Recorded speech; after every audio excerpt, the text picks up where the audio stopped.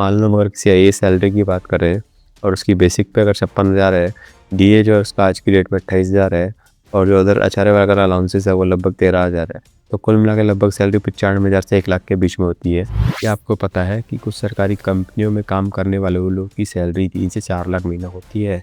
जी हाँ दोस्तों, और ये जो सैलरी है 8th पे कमीशन लगने के बाद और भी ज़्यादा बढ़ सकती है। जी हाँ दोस्तों, आज संसद में भी यही सवाल पूछा गया। जो लगभग 8 लाख गैर सरकारी कर्मचारी हैं, उनका जो वेतन 2027 में तय होता है, 8वें वेतन आयोग की तर्ज पर ही क्या अलग से एक संस्थागत वेतन संशोधित करने पर कमेटी विचार कर रही है? तो उससे संबंधित ब्यौरे के बारे में पूछा गया, तो मैं उसके बारे में आपको बताऊंगा। उसके अलावा आज हम इस वीडियो में देखेंगे कि पीआरसी एक्चुअली होता क्या है और पीएसयू के जो एम्प्लॉयज़ हैं दोस्तों, ये काफ़ी सारे मेरे पास क्वेश्चन आ रहे थे कि पीएसयू के एम्प्लॉयज़ की सैलरी कैसे डिसाइड होती है।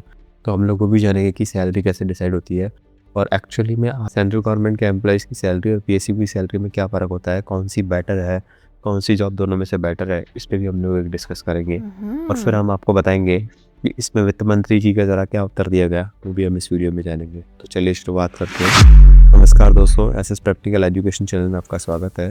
दोस्तों, अगर आप चैनल पर नए हैं और अगर चैनल को अभी तक सब्सक्राइब नहीं किया है तो चैनल को भी सब्सक्राइब कर दीजिएगा ताकि आपके पास लेटेस्ट नोटिफिकेशन जो हैं वो इसी हिसाब से जॉब से रिलेटेड आते रहें। तो बिना देरी के शुरुआत करते हैं। सबसे पहले दोस्तों मैं आपको परिचय दे देता हूँ कि पीएसयू के जो कर्मचारी है उनका वेतन जो है वो सरकारी कर्मचारियों की तरफ अलग तरीके से तय होता है। जी हाँ, एक अलग तरीके से तय होता है जिसको हम पे रिवीजन कमेटी कहते हैं, यानी पीआरसी कमेटी हम इसको नाम देते हैं। पीआरसी कमेटी जो है दोस्तों वो पीएसयू के कर्मचारियों की सैलरी को जो है वो डिसाइड करती है। जैसे सेंट्रल गवर्नमेंट के एम्प्लॉयज़ की सैलरी को 8वां वेतन आयोग कमेटी डिसाइड करती है, जिसका अभी गठन भी हो चुका है, वैसे इसके लिए पीआरसी डिसाइड होती है। दोस्तों, इन्फॉर्मेशन काफ़ी ज़्यादा इंपॉर्टेंट है। जो लोग गवर्नमेंट सेंट्रल गवर्नमेंट जॉब में है और अगर पीएसयू की तैयारी कर रहे हैं या उनके कोई नोन में अगर पीएसयू की तैयारी कर रहे हैं तो उनके लिए भी काफ़ी हेल्पफुल है। और इवन जो पीएसयू में ऑलरेडी वर्क कर रहे हैं उनके लिए तो काफ़ी ज़्यादा ये इन्फॉर्मेशन वैलिड है ही। तो हम लोग जानते हैं सरकारी कर्मचारियों का वेतन जो है पे कमीशन की तरह पे कमीशन से तय होता है, ये तो आप बात जानते ही होंगे। तो सबसे पहले दोस्तों जो पीएसयू होता है उसमें हम लोग को ये जानना ज़रूरी है कि पीएसयू के में पीआरसी लागू कैसे होता है। एक्चुअली पीआरसी होता क्या है, इसको हम लोग कहते हैं पे रिवीजन कमेटी। जो पीआरसी होता है इसको हम लोग पे रिवीजन कमेटी कहते हैं। ये जो होता है पीएसयू या सीपीएससी के जो कर्मचारी होता है उसका वेतन तय करता है। वेतन भत्ते और अन्य पर्क भी दोस्तों तय करते हैं। उदाहरण के लिए थर्ड पीआरसी जो है दोस्तों 2017 में लागू हुआ था, यानी फर्स्ट पीआरसी जो है वो लगभग 1997 में आया था, सेकंड पीआरसी लगभग 2007 में आया था और थर्ड पीआरसी 2017 में आया था। तो अब जो नेक्स्ट पीआरसी है जिसको लेकर आज संसद में सवाल भी पूछा गया कि 2027 में वो लागू होगा, तो क्या उसको 8वें वेतन आयोग की तरह ही मान लिया जाएगा या उसके लिए क्या अलग से कुछ और वेतन आयोग आने वाला है? तो इसका जवाब भी यहाँ पे संसद में दिया गया, वो भी मैं आपको बताऊँगा वीडियो में। पहले हम लोग जान लेते हैं कि गवर्नमेंट एम्प्लॉयज़ की सैलरी बेटर होती है या पीएसयू के कर्मचारियों की बेटर होती है। तो यहाँ पे मैंने छोटा सा डिस्क्रिप्शन पे कमीशन के बारे में बता रखा है, इसमें मैं ज़्यादा डिटेल में नहीं बताऊँगा क्योंकि मेरे और भी वीडियो में मैं यहाँ काफ़ी अच्छे से बता चुका हूँ। बट यहाँ पे एक शॉर्ट में कंपैरिजन के फॉर्म में बताना है, इसलिए थोड़ा बताना ज़रूरी है।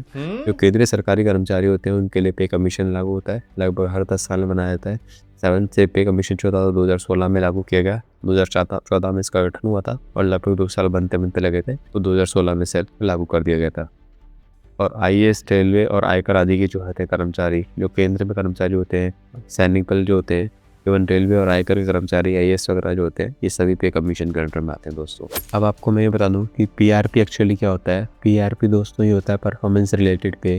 जैसा कि आप अगर कोई लोग प्राइवेट सेक्टर में वर्क करके आए हो या प्राइवेट सेक्टर में वर्क कर रहे हो तो जो डिफरेंट ऑर्गेनाइजेशन होती है, लाइक टीसीएस हो गई या फिर विप्रो हो गई या फिर कोई सी भी ऑर्गेनाइजेशन हो गई, ठीक है, जो कि एक मल्टीनेशनल ऑर्गेनाइजेशन है, ये लोग जो सैलरी का कुछ पोर्शन होता है ये एज ए वेरिएबल पे डिसाइड करते हैं। जी हाँ, इनकी जो अमाउंट होता है कुछ वेरिएबल पे के फॉर्म में रहता है, वो डिफाइन करता है कंपनी कैसा परफॉर्म कर रही है, इंडिविजुअल कैसा परफॉर्म कर रहे हैं, उसके अकॉर्डिंग ये बोनस मिलता है।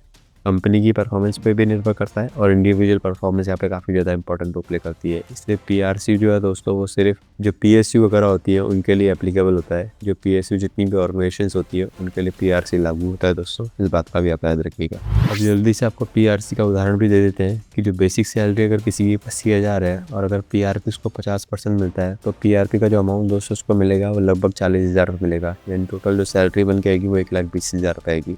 जी हाँ दोस्तों, पीआरपी का अमाउंट काफ़ी ज़्यादा सैलरी में इंक्रीज़ करता है, इसीलिए लोग कहते हैं जो पीएसयू के एम्प्लॉयज़ हैं उनकी सैलरी सेंट्रल गवर्नमेंट के एम्प्लॉयज़ से भी ज़्यादा होती है। जी हाँ, निश्चित रूप से, क्योंकि पीआरपी का जो फैक्टर होता है इसमें काफ़ी ज़्यादा रोल प्ले करता है। अगर किसी को 60% मिल जाए या 70% मिल जाए तो बेसिक की जो सैलरी होती है उस पे काफ़ी ज़्यादा इम्पैक्ट डालता है। बेसिक अगर मान लो किसी की 80,000 है और 70% अगर पीआरपी मिल रहा है तो 56,000 तो उसको सिर्फ और सिर्फ पीआरपी हर महीने मिलेगा। तो आप सोचिए उसकी सैलरी उस रेशियो में कितनी बढ़ जाएगी, वो भी मैं आपको बताऊँगा आगे आने वाली स्लाइड्स में। पीएसयू का सैलरी स्ट्रक्चर की दोस्तों अगर बात करें यहाँ पे, पीएसयू के सैलरी स्ट्रक्चर में होता है बेसिक पे होता है, डियरेंस अलाउंस होता है, एचआर होता है, डिफरेंट पर्क्स होते हैं और पीआरपी। ये अगेन काफ़ी ज़्यादा इंपॉर्टेंट रोल प्ले करता है सैलरी स्ट्रक्चर में। जी हाँ, जैसा कि मैंने आपको बताया कि अगर ये 60% भी है बेसिक का, काफ़ी ज़्यादा जो है सैलरी हाइक काफ़ी बढ़ सकता है।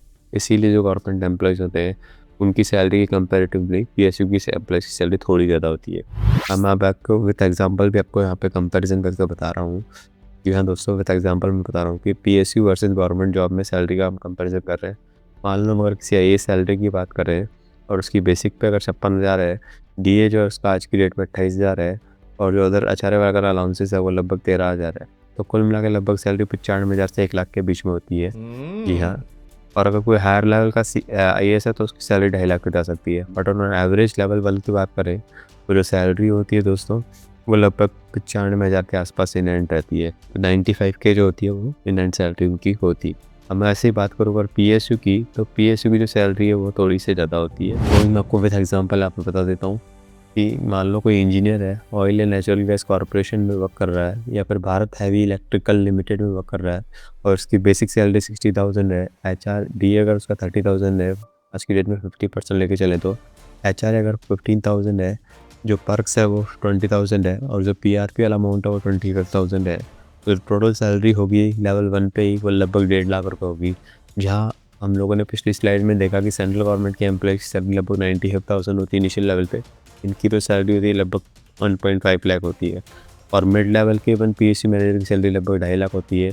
तो जो हायर लेवल के मैनेजर होंगे उनकी तो आप समझ ही सकते हैं कि 3 से 4 लाख उनकी मंथली सैलरी होती है।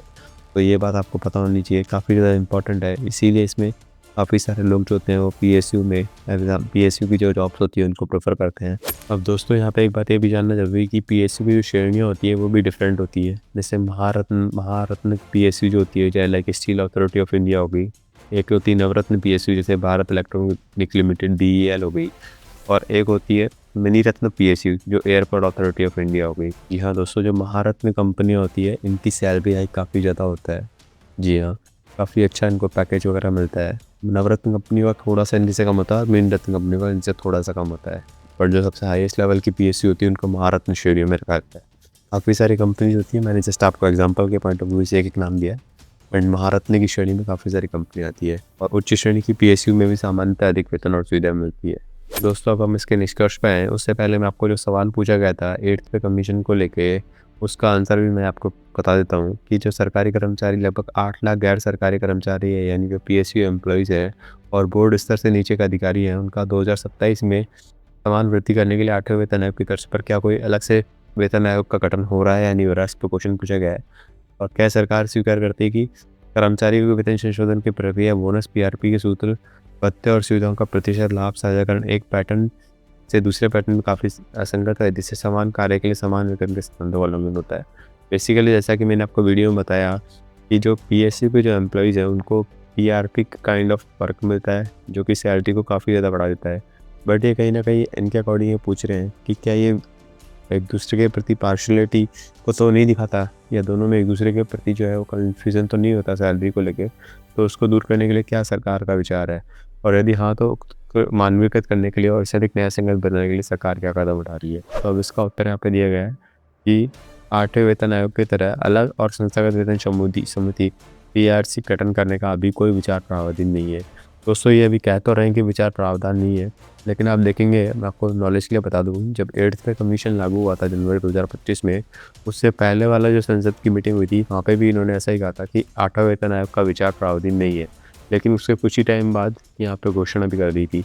तो जो मेरे पीएसयू के एम्प्लॉयज़ हैं, जो पीएसयू के कर्मचारी हैं, वो ज़्यादा दुखी नहीं हुए क्योंकि गवर्नमेंट अभी कह रही है कि कोई गठन नहीं हुआ है, पर निश्चित ही आने वाले कुछ समय में ये कमेटी का भी गठन कर देगी ताकि जो पीएसयू के एम्प्लॉयज़ हैं उनका भी पीआरसी कमेटी के गठन के तहत सैलरी काफ़ी बढ़ सके। जो दूसरा और तीसरा सवाल पूछा गया था उसका भी उत्तर यहाँ पे संक्षेप दिया गया है कि जो वेतन भत्ते होते हैं और प्रोत्साहन भत्ते होते हैं उनकी वित्तीय क्षमता कार्य निष्पादन में अंतर को दर्शाती है।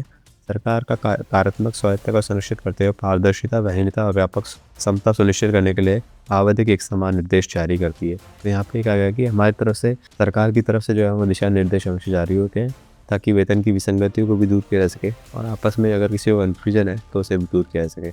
अब मैं जल्दी से इसका निष्कर्ष भी आप लोगों को बता देता हूँ दोस्तों। तो निष्कर्ष में ये क्या गया कि गवर्नमेंट एम्प्लॉइज़ होते हैं उनमें पे कमीशन लागू होता है, जबकि पीएसयू जो एम्प्लॉइज़ होते हैं उन्हें पीआरसी लागू होता है। इनको एक अलग बोनस भी दिया जाता है जिसको पीआरपी कहते हैं। ये काफ़ी एक्स्ट्रा बोनस होता है जो कि सेंट्रल गवर्नमेंट के एम्प्लॉइज़ के नहीं होता। यही रीज़न है कि इनकी जो सैलरी है वो काफ़ी ज़्यादा होती है as compare to central government के एम्प्लॉय। और जो अगला पीआरसी है वो लगभग 2027 अपेक्षित है और उसके आसपास जो है वो लागू भी हो सकता है।